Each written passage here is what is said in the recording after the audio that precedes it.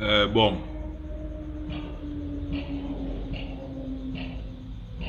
ça fait déjà, je pense on passe à la deuxième semaine. Deuxième semaine que les habitants de Plaine Oreti ont été déguerpis, Manu Militari,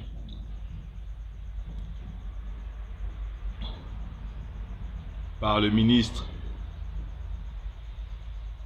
les équipements et la construction des travaux publics, ou le ministre de l'Habitat, ou comment ça s'appelle, l'ANTTC,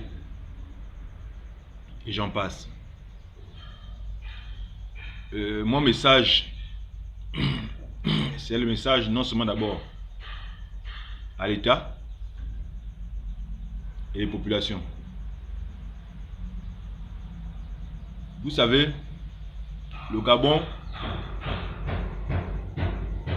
a formé tous ces intellectuels avant l'indépendance en France, après l'indépendance en France. Ce n'est qu'à quelques années plus tard qu'on a ouvert l'université du Gabon. Dans cette université qu'on a formé, on a commencé à former les Gabonais sur place. La majorité de nos oncles, nos tantes, nos grands-parents, pour ceux qui ont les grands-parents qui ont fait l'école. Ce n'est pas tout le monde qui a les grands-parents qui ont fait l'école. Moi, mon grand-père, Morumbangem, Ngomezome Yangba, côté de ma mère, il était moniteur d'enseignement général. Dans les années 40, il était déjà en France. J'ai les photos là avec moi. Les cartes postales, je les ai avec moi. Et nos grands-parents et nos parents, ce sont eux qui ont créé les quartiers. C'est-à-dire que tous les quartiers qu'on voit là, dans Libreville ou dans le reste du Gabon, il y a des nouveaux et des anciens quartiers. Mais Plaine Oreti, quels que soient les motifs que vous avez amenés, que vous avez apportés, autant pour moi, quels que soient les motifs, comme vous dites que c'est pour l'utilité publique, depuis plusieurs années, depuis le régime d'Omar, même si on sait que c'est le même régime, son fils a pris, je dis c'est son petit-fils qui est au pouvoir. Donc nous sommes dans une monarchie. Bon. Qui vous a dit que parce que vous êtes une monarchie et que il n'y a pas de droits. L'Angleterre, qui est une des plus grandes monarchies, est une monarchie parlementaire. La majorité des pays d'Europe sont des monarchies. Le Japon, qui est un des pays les plus développés du monde, c'est un empire. Mais il respecte les droits. Attendez, donc les intellectuels gabonais, vous qui êtes allés à l'étranger apprendre les grands diplômes dans les universités françaises là-bas, ou américaines, je ne sais pas où vous êtes partis, ou dans le reste du monde. Donc quand vous êtes venus, on vous a dit que c'est comme ça qu'on fait partie des populations d'un site d'utilité publique. Est-ce que c'est de cette manière? Il y a une procédure à suivre. Est-ce que c'est la faute des populations si l'État, lorsqu'il avait déjà payé les premières vagues, est-ce que c'est la faute des populations si l'État n'a pas construit? Ce n'est pas la faute des populations. Hein? Vous pouvez venir 10 ans ou 15 ans après, un matin, vous venez casser tout. Mais les quartiers que vous avez cassés là, il y a les autochtones qui sont là. Plaine Oreti, c'est un quartier qui est là même avant les indépendances. C'est un quartier qui est là depuis l'époque coloniale, bien avant la colonisation, Plaine Oreti que vous voyez là. Il y a des autochtones qui vivaient là-bas. Il y a des gens qui ont été enterrés là-bas. Il y a des familles qui sont nées là-bas, qui ont grandi, qui se sont développées là-bas, sur ce terrain-là. Si vous voulez prendre le terrain, il fallait au moins, c'est la moindre des choses. Même si vous avez 28 heures, 24 heures, 48 heures, c'est pas une semaine ou un mois, mais au moins la capacité de pouvoir reloger les populations dans un environnement attendant de leur régulariser. Mais en vérité même, vous aurez dû, une fois que vous avez payé, là, les familles, vous aurez dû casser directement les maisons que vous avez payées. À l'instant que vous avez payé avec un délai bien approprié, bien imparti, mais vous ne l'avez pas fait. Et ceux qui étaient là avant, et ceux qui sont maintenant là, Ils n'ont pas fait. La faute à qui? Bon, vous-même qui habitez à la Sablière là-bas, vous qui habitez dans les grands quartiers, dans vos grandes maisons, bon, vous pouvez accepter qu'on dise que votre zone devient d'utilité publique et on casse ça. Vous pouvez accepter ça? Dites-moi, est-ce que vous pouvez accepter ça? Est-ce que vous-même vous pouvez être content qu'on casse vos maisons, comme on a cassé les gens de Pénoreti, et les laisser dehors comme ça, à la belle étoile, avec des familles et des enfants?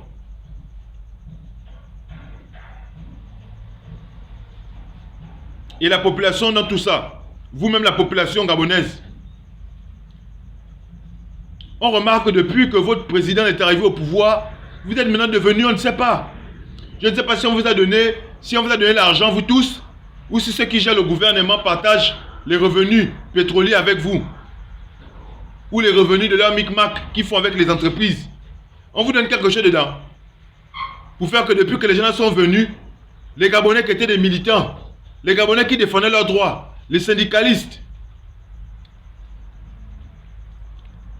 hein? Il y a plus, vous ne grèvez plus. Vous ne connaissez plus protester. Vous ne savez pas que la citoyenneté, ça incombe que lorsque quelqu'un viole tes droits, tu dois manifester. Des gens viennent d'où ils viennent avec les tracteurs. Combien de populations qui a appelé Noreti? On vient, on casse tout votre quartier. Vous ne faites rien, même s'il y avait les militaires, même s'il y avait l'armée. Hein? Même s'il y avait les militaires, avec les armées. Vous aurez dû protester. Faire quelque chose, quand même. Pour comment le reste du monde, la face du monde, et que le reste des Gabonais, vous voyez que vous n'êtes pas d'accord. Vous laissez confiner, vous déguerpir, on vous déshumanise, et vous ne réagissez pas. Est-ce que vous êtes normaux? Et l'État, et les populations, vous n'êtes plus normal. L'État, on sait que l'État, c'est depuis plus de 60 ans que l'État n'a jamais été en phase. Donc ceux qui sont les ministères là, les ministres là, ou les je sais pas quoi, vos hommes d'État là, vous croyez qu'ils sont comme nous? Ou bien ils sont comme vous? Ils n'ont rien à cirer. Et il y a quoi un autre détail que je voulais partager avec vous? Regardez comment les Libanais, regardez comment les généraux, regardez comment les grands types au Gabon ont tout fait pour s'approprier les terrains. Jean-Boniface Assélé, qui est l'oncle d'Ali, qui faisait le beau-père de Mabongo, au temps de Mabongo, et lui et sa soeur Joséphine Kama, de quelle manière ils s'appropriaient les terrains au Gabon? C'était pas de la même manière. De quelle manière les Libanais s'approprient les terrains ici au Gabon? C'est pas de cette manière. Donc on comprend simplement que l'État a reçu une cagnotte, l'État a fait un business avec ces gens-là. Et comme les Libanais, ils n'ont pas de cœur, dans leur pays, il y a la guerre à tout moment, ça bombarde. Vous croyez qu'ils peuvent avoir pitié de détruire vos maisons? Ils s'en foutent de ça. Puisque tous les Libanais qui sont au Gabon là, ils sont au Liban, pour la majorité. Et là-bas, qu'est-ce qui se passe? Moi, depuis que je suis petit, le Liban a été bombardé. Soit c'est le Hezbollah, c'est le Hamas, je ne sais pas comment ils appellent ça, face à Israël. Depuis que je suis petit. Peut-être que je n'étais même pas connu. La guerre avait commencé. Mais c'est les gens-là que vos dirigeants ont fait rentrer dans le pays et ont donné le droit de bâtir comme ils bâtissent partout là. Ils sont sans cœur et sans pitié. Donc la population, vous devez savoir que vous avez face à vous et vos dirigeants, et les hommes d'affaires, et leurs collaborateurs, et les personnes qu'ils envoient sont sans pitié. Et les militaires qui sont venus sur le terrain là, ou les gendarmes, ou le génie militaire, vous n'avez pas de famille. Vous n'avez pas de parents qui habitent à Pénoreti. Vous voyez que nous sommes dans une situation où les Gabonais, vous ne savez plus qui vous êtes. Vous ne savez plus qui vous êtes. Vous ne connaissez pas vous ne connaissez plus vos droits. Quand le 30 août est venu, vous êtes sortis avec vos drapeaux. Et c'est enfin votre essor vers la félicité. Et vous et vos dirigeants qui sont là actuels. Je ne vais pas revenir sur mes mots. Les vidéos précédentes que j'ai faites, j'ai déjà donné mon point de vue sur cette situation-là. Les dirigeants qui sont actuellement, ce sont des panthères. La panthère n'a pas pitié. Quand il s'agit de manger son gibier, elle n'a pas pitié. Et la même panthère vous a bien dit qu'elle préfère la ruse qu'à l'intelligence. À quoi sert la ruse?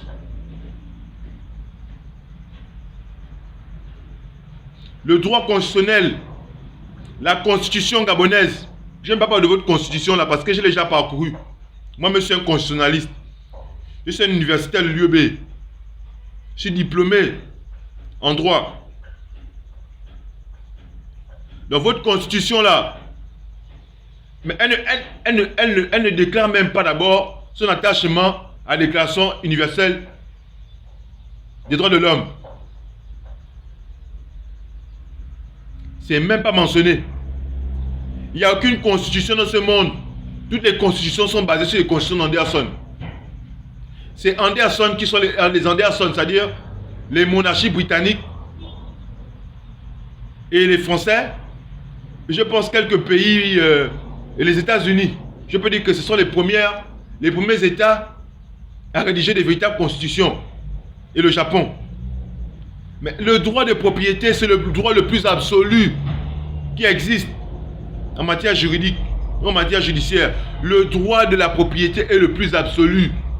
La propriété, elle est inviolable par la force. L'État devait entamer sa procédure convenablement. Mais comme c'est un État voyou, et ce n'est pas d'aujourd'hui. Les problèmes du Gabon, ça n'a pas commencé en 2009. Comme disait mon un-aimé collègue avec qui j'ai fait l'école primaire à Damas. Dans ses commentaires, les problèmes du Gabon n'ont pas commencé en 2009. Les problèmes du Gabon ont commencé depuis, bien avant 2009. Dès que l'homme blanc a posé pied ici sur ce sol-là, les problèmes du Gabon ont commencé. Donc ils nous ont appris à devenir comme eux, des voleurs, des tricheurs, des machiavéliques, des sanguinaires,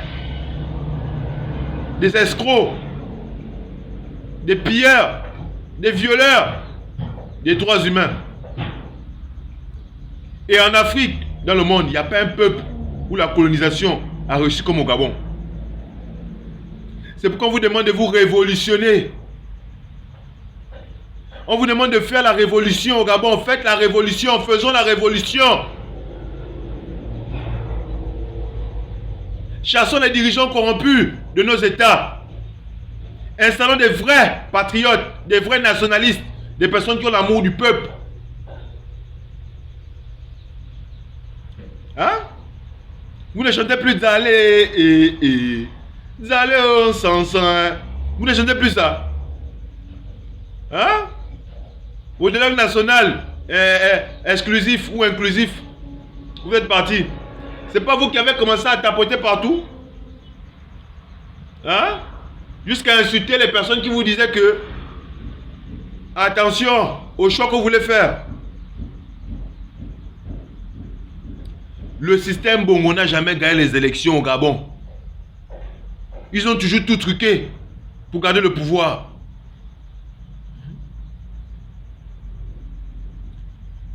Vos présidents actuels là et son gouvernement, vous savez comment ils vous voient? Ils vous voient comme les moutons dans son enclos. Et celui la panthère ou le loup. Il mange qui il veut, quand il veut.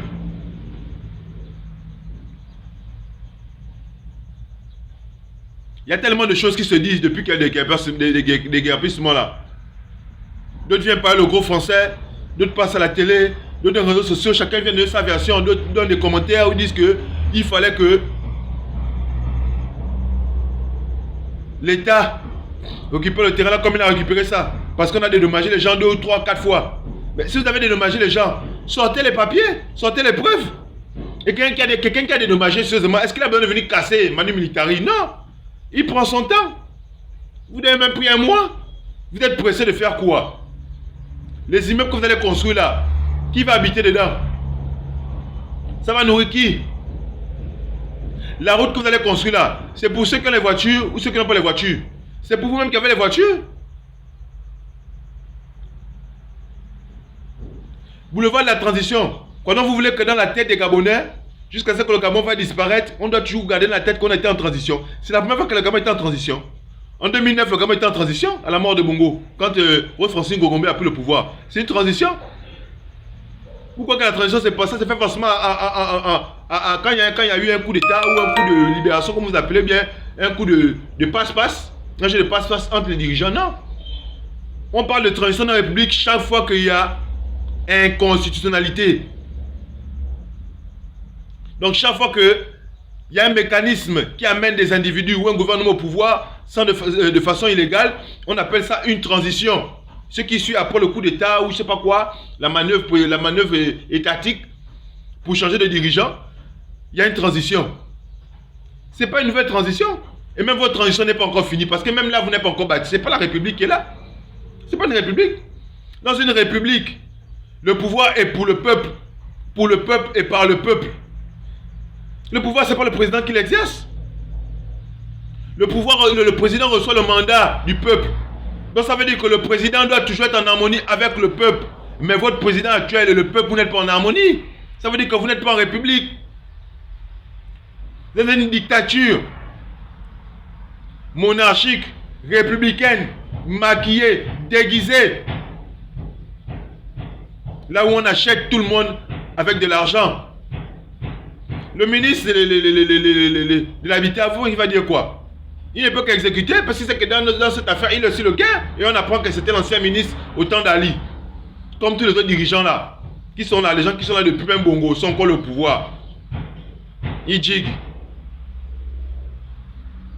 Des gens qui n'ont pas de cœur, ils n'ont pas d'humanité. Parce que pour être au pouvoir, est-ce que vous savez ce qu'ils ont dû faire pour être là? Nous tous sommes dans l'histoire de Bongo, d'Ali et de ceux qui sont là.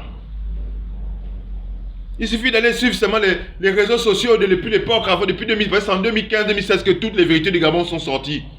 Donc arrêtez de faire semblant. Vous aimez ça? Les dirigeants aiment vous voir comme ça. Et vous aimez quand vous traitez comme ça. On voit même encore des gens qui disent non, monsieur le président, pardon, quel président? Vous refusez d'admettre que c'est moi qui suis votre président. Parce que moi en tant que président, je ne peux jamais vous traiter comme ça. Impossible. Parce que l'éducation que j'ai reçue m'interdit de faire ça. Vous pensez que l'enfant de Bongo, il a quelle éducation? Le petit-fils de Bongo peut avoir quelle éducation? Hein? Le petit-fils de l'homme et le fils de l'homme est bien, qui a vendu tout en Ngondje. Tout en Ngondje village. Les fils de l'homme ont vendu tout en Ngondje village. Hein?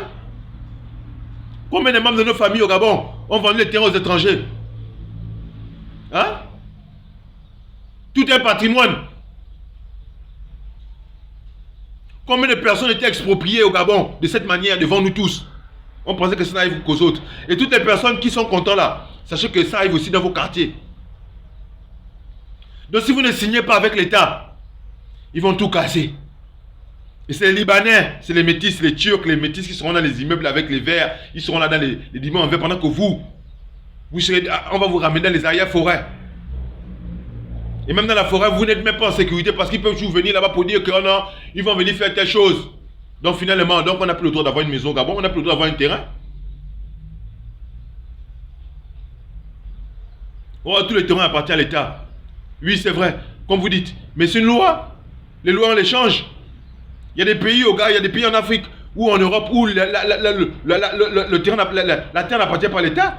La terre appartient aux populations. Je me rappelle, quand il y a eu le débat sur la Constitution là, quand il y avait les oui et les non, Maître Yann Ondor, qui est une juriste émérite que je respecte très bien et que j'aime bien parce qu'elle est franche, elle est juste dans ses propos. Qu'est-ce qu'elle avait dit? Elle avait dit à votre président que monsieur le président, si vous voulez garder le pouvoir éternel, c'est pas ça, ça ne nous dérange pas. Mais misez sur l'homme. Le premier investissement, c'est l'homme. La première richesse d'un peuple, c'est les hommes. La première richesse d'une république, ou d'un pays, ou d'un État, c'est d'abord les hommes. La première richesse des hommes, c'est la terre.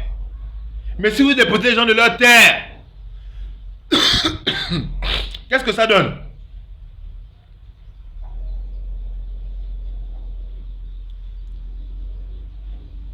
Bongo, tout le désordre qu'il a fait au Gabon, ou tout le vampire, ou je ne sais pas ce qu'il a fait au Gabon. Au soir de 100 mois, qu'est-ce qu'il a dit? Que Dieu nous a donné le droit de faire du Gabon ce que nous sommes en train de faire. Et que Dieu nous regarde. Il dit amusez-vous. Le jour où vous voulez nous sanctionner, il le fera. Le peuple c'est Dieu. Donc si le peuple, vous ne prenez pas conscience de vos droits et de vos devoirs,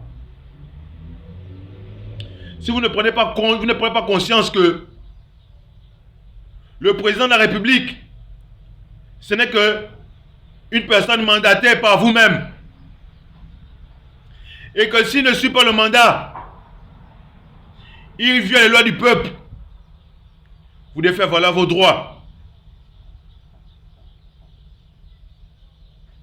Et faire valoir ses droits, c'est faire opposition. L'opposition est légale. L'opposition est admise par la loi. Quand on n'est pas d'accord d'une situation, on s'oppose et on assume les conséquences. Hein?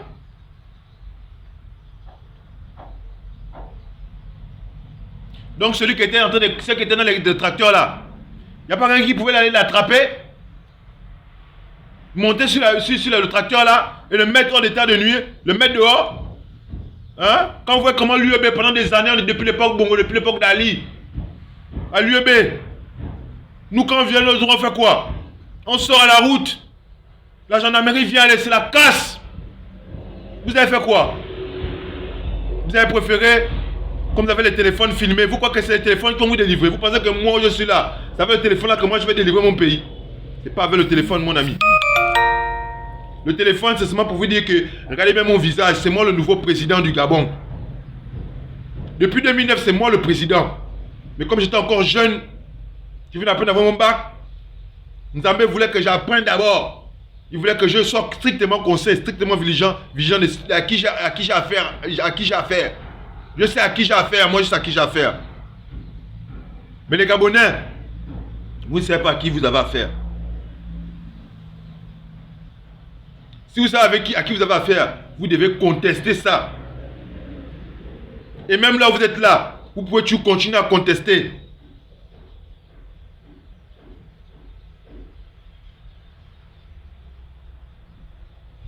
Vous pouvez continuer à vous opposer. Comment on viole vos droits, les droits fondamentaux? La nouvelle constitution vient à peine d'être votée là en novembre là. Ça fait même pas encore 8 mois. Et vous êtes là.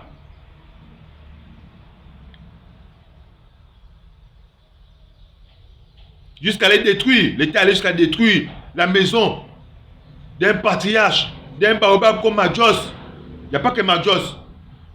Mais si je parle de Majos, c'est parce que moi, j'ai mangé dans sa maison. J'ai dormi dans sa maison. J'ai appris avec ses enfants, qui sont mes frères, et même dans mes condisciples de classe. Monsieur Majos, depuis qu'il était là-bas, il a toujours construit sa maison lui-même avec lui-même il prenait les briques, même il payait le ciment, le sable, même il montait ça. Devant nous tous. On a grandi devant lui. Combien de papas ont fait ça à plein nourriture de maman?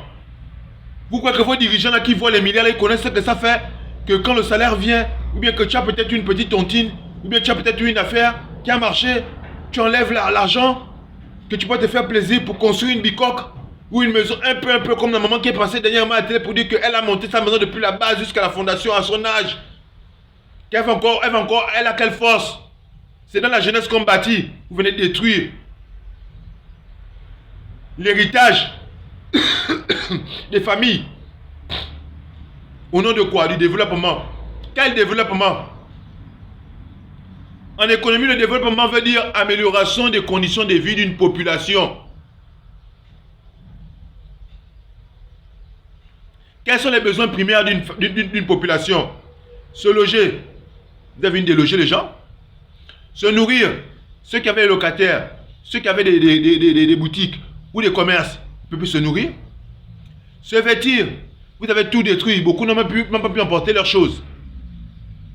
Les archives. Leur vie.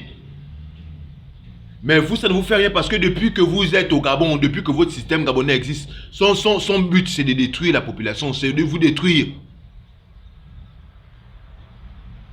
Mais qu'est-ce qui ne va pas? C'est quoi cette dégénérescence des consciences citoyennes? Mais l'État gabonais, je vous avertis, hein, qu'est-ce que vous avez fait là, non? Pour nous, que Nzambé a donné le mandat de vous faire partir, non? Vous avez bien fait. Pour vous. Parce que le peuple que vous avez opprimé là, les 3000 ou les 4000 ou les 5000 ou les 1500 personnes là, que vous avez mis dehors là, ils ont des enfants. Leurs enfants font déjà des enfants. Ils ont il y a des vieilles personnes là-bas. Des pères et des mères des familles, des ancêtres, des gens qui sont décédés, d'autres qui font seulement des AVC, d'autres qui sont humiliés, qui sont indignés. Vous croyez que ça tombe à terre? Ça ne tombe pas à terre. C'est pourquoi je vous ai dit dans une ancienne vidéo, quand la fin des Mbagna a pété, que vous ne connaissez ni les légendes traditionnelles, ni la culture traditionnelle. Vous ne connaissez pas les contes, les légendes, vous n'êtes pas des initiés. Parce que si vous étiez des initiés, vous les gens de l'État, vous devez savoir que la panthère n'a jamais gagné devant la tortue. Et nous on amène la révolution des tortues. On amène doucement. Le monde est d'abord invisible. Dans l'invisible là-bas, l'invisible va vous pousser à pousser des actes, vous les gens de l'État, qui vont faire que la population là, on va vous dégager. Que vous le voulez ou pas, vous n'allez pas faire de 7 ans là. Vous allez m'appanner. Parce que vous êtes une bande de space. Vous êtes dans l'incohérence. Et l'incohérence est une maladie incurable. Quand quelqu'un est un inco, on ne peut pas le soigner. L'incohérence est une maladie incurable. C'est comme le sida. C'est quoi un inco? C'est quoi un inco? C'est quoi un incohérent? L'autre vient dire ceci aux médias. L'autre vient dire, c'est-à-dire que le gouvernement lui-même n'arrive même pas à dire d'une seule voix ce qui se passe, tellement vous êtes dans le mensonge. Le Gabon est dans le faux. De l'orteil du peuple jusqu'à la tête du sommet de l'État. Tout est faux.